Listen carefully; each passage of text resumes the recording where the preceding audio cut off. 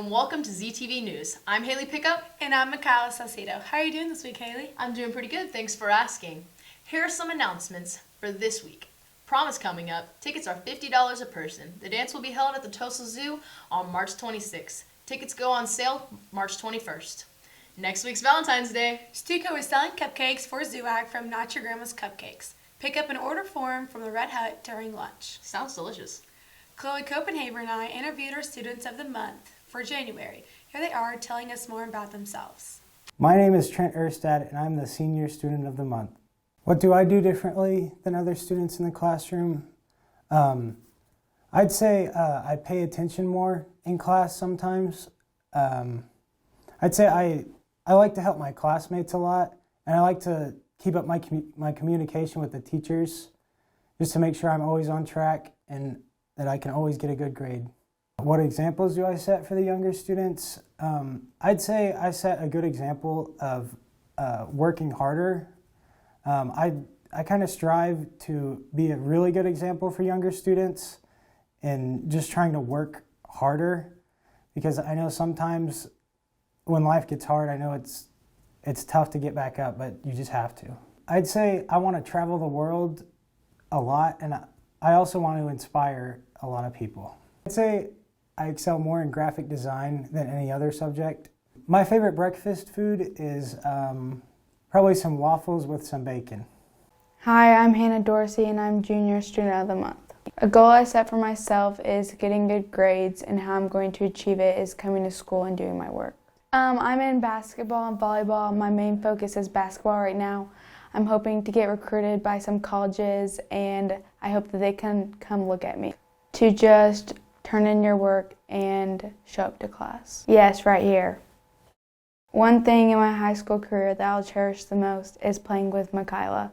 Haley chatted with Peyton Faulkner about his small business. This is what he had to say. Hi, I'm Peyton Faulkner, and I run a vending machine business and a mobile detailing business.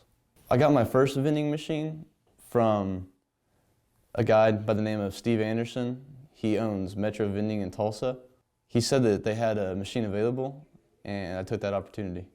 The way I was able to secure the Flex Fitness location was by negotiating a certain commission of the profits. Darren, the owner of Flex Fitness, negotiated it up to 20%, and so I took that. I have one more vending machine aside from the one I have stationed at Flex Fitness. I have one at, it's called the Therapy Hair Salon. That one brings me in probably about $30 to $50 a month. Profits that I make from the vending machines, I usually either let it cover my gas money or I just put it in the bank. I get most of my product at Sam's Club and Costco. I stock it myself, and I usually have to stock it about once a week or two. I also run a mobile detailing business. One of the things that inspired me to do that was I have a job. It's kind of an odd job. I wash cars and take them to get gas. It's at a funeral home, but I just work with the cars. Faulkner Mobile Detailing, we do full detail for $50. I wanted to make some more money with my time, so I figured I would take that skill of washing cars and I would monetize it. Our crew caught up with Miss Williams about her recent grant approval. So for me, the CPSF grants helped us get brand new tables. Before we got these brand new tables, we had desks that were between 30, 40, honestly, who knows how many years old. And this CPSF grant allowed us to purchase 6 brand new Han drawing tables, and each has a built-in drafting top. And I received another grant in the fall for a 7th table. So grants are beneficial because they have a very positive impact on our students. They improve student learning, they improve the experience of our learning. In our case, it was to improve the state of our classroom and the tools that we have at our disposal. A grant works kind of like this. You fill out an application, if they like your project and your application is approved, there's a process that you kind of work through to get the money and fill out some forms. And once you receive the grant and your project is approved, they come down into the school and they hand you a certificate. I got balloons, so that was really cool. I think the goal of CPSF is to raise money for our community here in Claremore, our teachers here, our students here.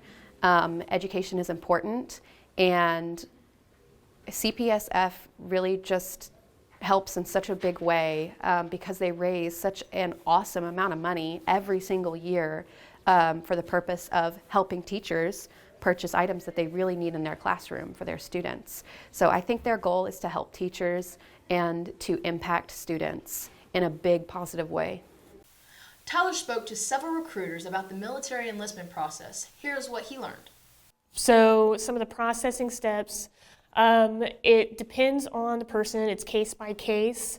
On average, it takes about 30 days if there's no issues with that person.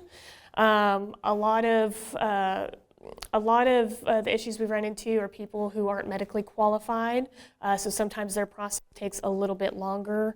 But some of the steps initially are taking your ASVAB test and getting your MEPS physical out of the way, which is a medical physical. Once you get all those done, it's a matter of getting a job list and narrowing down what job and career field that you want for yourself. Once you pick a career field that you are comfortable with, you get job tours as well. Once you pick one of those career fields that interest you the most, at that point in time, it's the enlistment process. And then once we get the enlistment paperwork done, it could be anywhere from 3 to 6 months after you enlist is when you'll get basic training and technical school dates. And that will depend on the career field. Rachel spoke to the dance team about their upcoming Disney trip in March. Here's what they're doing to prepare. So leading up to the competition to prepare, we used to do practice at 6:30 a.m. 2 days a week, and then as we get closer, we increase that to every single day. The competition lasts from Friday, Saturday, and Sunday, but we only perform on Sunday. Actually, all of our girls will be taking part in the competition. It's just different people will be in different routines.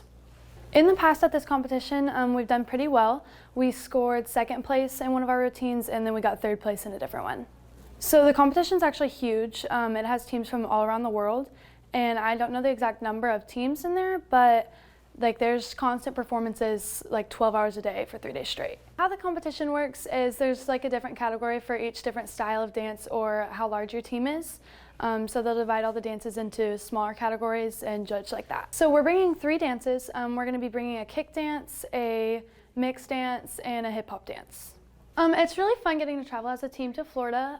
A lot of the team has never been on a plane before, or some have never been to Disney before, and it's a really fun experience to get to do that with them. What I'm looking forward to most for this competition is it's going to be our last performance for these dances that we've worked all year on, and I'm also really excited to see all the other teams perform because there's a lot of really good teams. There's teams from China coming in and stuff, and there's a lot of really cool dances to see. Well, that's all the news for this week. We'll see you next week. Go Zebras!